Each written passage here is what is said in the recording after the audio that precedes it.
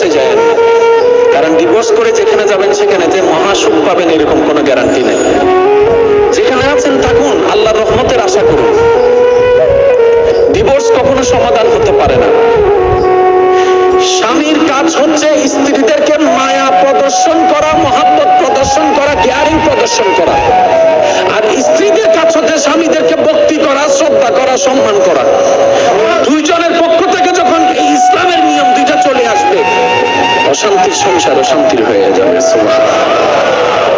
স্বামীর কাজ হচ্ছে কখনো কারো সামনে তার স্ত্রীকে ছোট না করা, আর স্ত্রীর কাজ হচ্ছে কখনো কারো সামনে নিজের স্বামীকে ছোট হতে না দেওয়া। কেউ যদি বলে তোমার স্বামী তেমন, আপনি বড় গলায় বলবেন আমার স্বামী যেমন হোক, এটা আমার স্বামী, আপনার কথা বলার দরকার নেই। কেউ যদি বলে তোমার বউ এমন করেছে, আমারটা আমি দেখবো, সম্পত্তিটা আমার।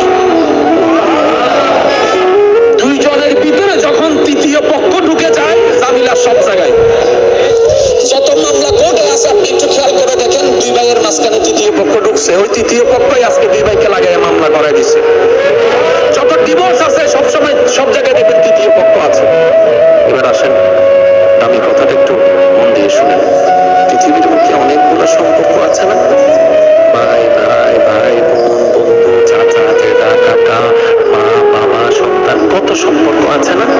আচ্ছা, এই সম্পর্কগুলো কাদের জন্য? মানুষের জন্য। এবার সর্বপ্রথম মানুষকে হযরত আদম আলাইহিস সালাম। একটু মনোযোগ, একটু মনোযোগ, একটু মনোযোগ। পৃথিবীর সবচাইতে প্রথম সম্পর্কের নাম হচ্ছে স্বামী স্ত্রী।